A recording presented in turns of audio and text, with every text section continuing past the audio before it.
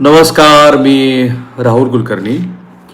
मी जेव्हा म्हणतो आहे की ज्या परीक्षेची अजिबात गरजच नव्हती, खास करून जे सेवेत असलेले शिक्षक आहेत, आणि आमची भूमिका ह्यापूर्वी आम्ही 2 वेळेला मांडली आहे. ज्या वेळेला भाऊसाहेब चासकरांनी एक परीक्षा ही शिक्षकांसाठी उत्तीर्ण झाल्यानंतर ते उत्तम शिक्षक आहेत असा निकष कसा काय असू शकतो, अशा पद्धतीचा प्रश्न त्यांनी विचारला होता. आणि त्या प्रश्नाच्या अनुषंगाने त्यांचा 10 मिनिटाचा व्हिडिओ जो विश्लेषणात्मक होता तो आता आमच्या प्लॅटफॉर्मवरती आहे. पण आपली सगळी यंत्रणा परीक्षा घेण्यामध्ये कशी अपयशी ठरते, माझ्यामध्ये ती नालायक आहे इन द्या कॉन्टेक्स्टमध्ये.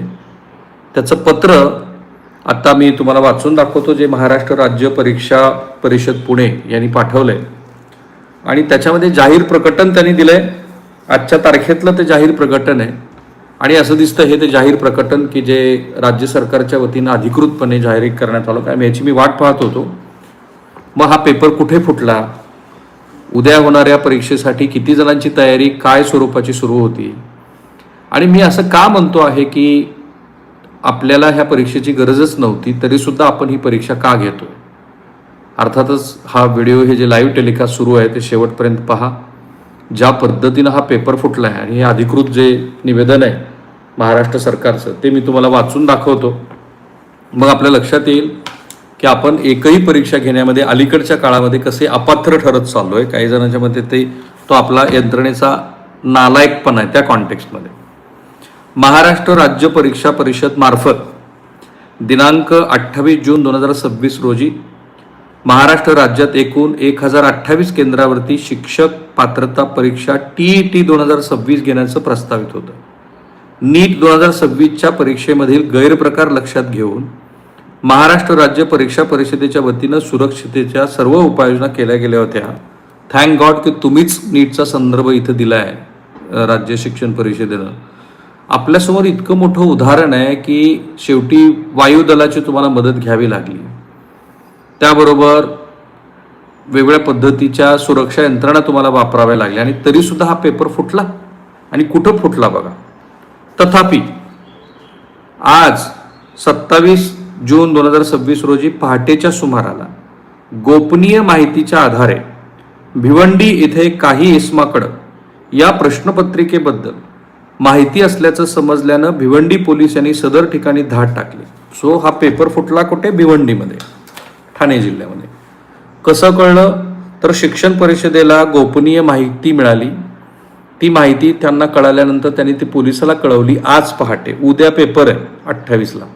सो आज पहाटे कळालेल्या माहितीच्या आधारावरती मग पोलीस ॲक्शन झाली. आणि त्या पोलीस ॲक्शन नंतर तपासणीसाठी महाराष्ट्र राज्य शिक्षण परिषदेच्या अधिकाऱ्यांना बोलून तातडीने पडताळणी केली असता सदर इस्माकडं शिक्षक पात्रता परीक्षा TET जून 2026 परीक्षेच्या प्रश्नपत्रिकेमधील काही प्रश्न समान असल्याचं आढळून आल्यानं भिवंडी पोलीस ठाण्यात गुन्हा नोंदवण्यात आला आहे. सेम नीट पॅटर्न. नीटमध्ये मोठेगावकर आणि टीमनी काय केलं होतं, त्यांनी किंवा तो कुलकर्णी, प्रल्हाद कुलकर्णी, त्या 3 मनीषा, त्यांनी ते मेमराईज केलं. मेमराईज करून त्यातले काही प्रश्न बाहेर लीक केले. TETच्या परीक्षेमध्ये पण भिवंडीमध्ये पेपरच लीक झाले. आणि मला आश्चर्य वाटतं की एकानंतर एक, म्हणजे मी तुम्हाला तर शेवटी ही आकडेवारी सांगेन की गेल्या 25 वर्षामध्ये, 10 वर्षामध्ये माफ करा, किती पेपर फुटले. आणि त्या अर्थाने परीक्षा घेण्यामध्ये आपली यंत्रणा कशी नालायक आहे. आणि मी असं का म्हणालो की ह्या परीक्षेची खरंच गरज नव्हती. राईट. सो पुढं सदर परिस्थितीला हे अधिकृत पहिलं पत्र महाराष्ट्रासमोर मी दाखवतोय आमच्या प्लॅटफॉर्मवरती. कुठल्याही माध्यमाकडे हे पत्र नाही आहे. मी याची वाट पाहत होतो. मला ज्या वेळेला तासाभरापूर्वी ही बातमी कळाली त्यावेळेला आम्ही त्याची पूर्ण पडताळणी करत होतो. कुठल्या पोलीस स्टेशनला कशा पद्धतीनं नोंदणी झाली आहे, कधी हा पेपर फुटला. Again I am telling you. तथापि आज दिनांक 27 जून 2026 रोजी पहाटेच्या सुमाराला गोपनीय माहितीच्या आधारे भिवंडी इथं काही इस्माकडं या प्रश्नपत्रिकेबद्दल माहिती असल्याचं समजल्यानं भिवंडी पोलीस यांनी सदर ठिकाणी धाड टाकली. मला गंमत वाटते की कुणी हा पेपर फोडला, त्याचं नाव नको घ्यायला. तर असं दिसतं आहे की यानंतर तपासणीसाठी पोलीस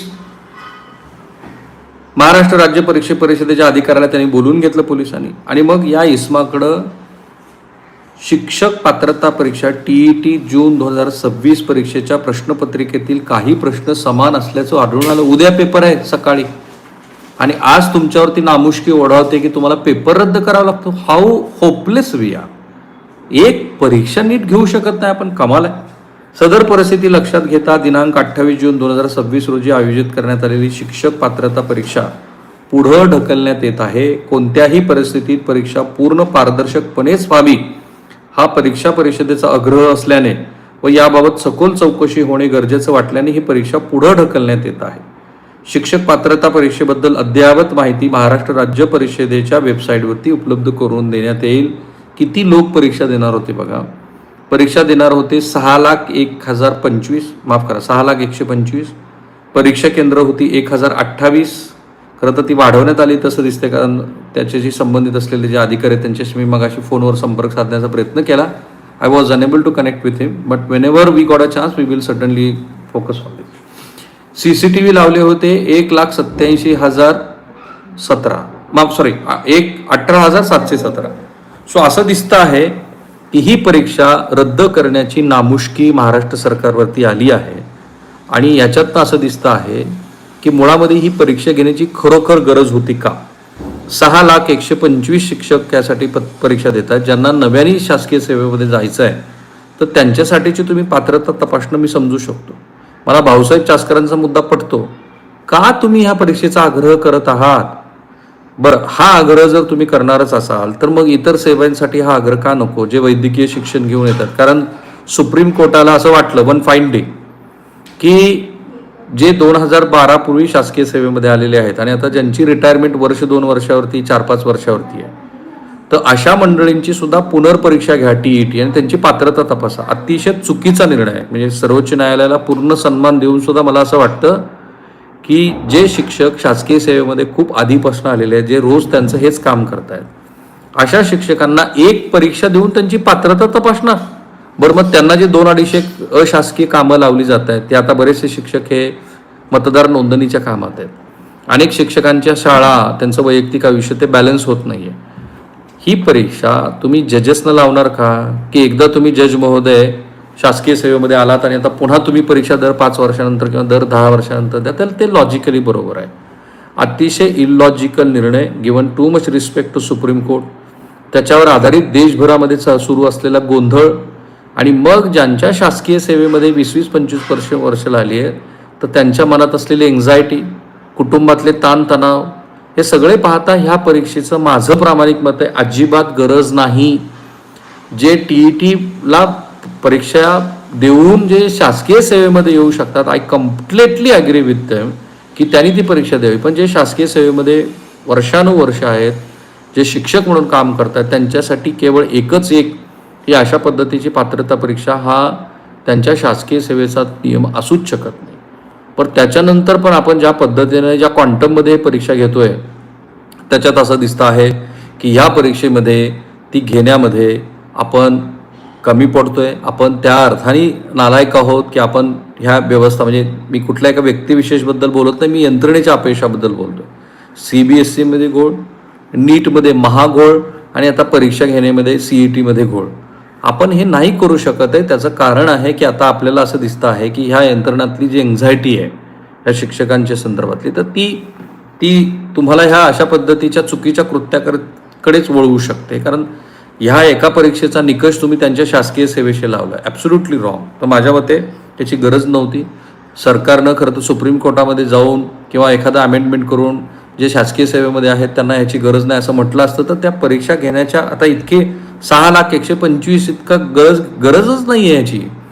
हे जर तुम्ही सरकार अपिलात गेलं असतं आणि ते जे शासकीय सेवेमध्ये असलेले, बरं याच्यावरती सरकारला हेही लक्षात येत नाही आहे की सरकारची देशभरामध्ये, मी फक्त महाराष्ट्रापुरतं म्हणतो कारण मी तामिळनाडूमध्ये गेलो, केरळमध्ये गेलो, त्याही वेळेला लोकांच्या बोलण्यातनं मला हे जाणवत होतं की अशा पद्धतीच्या परीक्षेची गरज नाही आहे शासकीय सेवेमध्ये.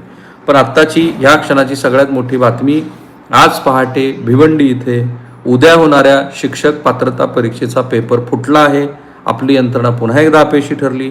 काही प्रश्न हे त्या ठिकाणी आढळून आले आणि त्याच्यानंतर मग आता यंत्रणेनं हा पेपर, आणि त्यांचा हा निर्णय अतिशय योग्य आहे. ते असं म्हणतात की सदर परिस्थिती लक्षात घेता 28 जून 2026 रोजी आयोजित करण्यात आलेली शिक्षक पात्रता परीक्षा TET पुढे ढकलण्यात येत आहे. कोणत्याही परिस्थितीत परीक्षा पूर्ण पारदर्शकपणेच व्हावी ही परीक्षा परिषदेचा आमचा आग्रह आहे आणि याबाबत सखोल चौकशी होणं गरजेचं असल्यानं ही परीक्षा पुढे ढकलत आहोत. त्या इस्माचं नाव त्यांनी तपास सुरू असल्यामुळे बहुधा दिलं नसेल, पण असं दिसतं आहे की पुन्हा एकदा आपलं सरकार परीक्षा घेण्यामध्ये अपयशी ठरलंय. म्हणून मी म्हटलं की ज्या परीक्षेची गरजच नव्हती ती परीक्षा तुम्ही का घेतली. सो थांबूया आपण इथे. माझा प्रयत्न असतो अधिकृत जोपर्यंत माहिती येत नाही तोपर्यंत आणि जी माहिती तपासावरती परिणाम करत नाही तोपर्यंतची माहिती तुम्हाला द्यावी जी मी तुमच्यापर्यंत दिली. आता तुम्ही हा जो व्हिडिओ आहे तो महाराष्ट्राच्या घरोघरी जाऊ द्या आणि त्या ठिकाणी तो पोहोचवा जिथं पोहोचणं तो गरजेचं आहे. Have a nice day. आपलं ह्या सगळ्या प्रकरणावरती पूर्ण लक्ष असणार आहे. थँक्यू.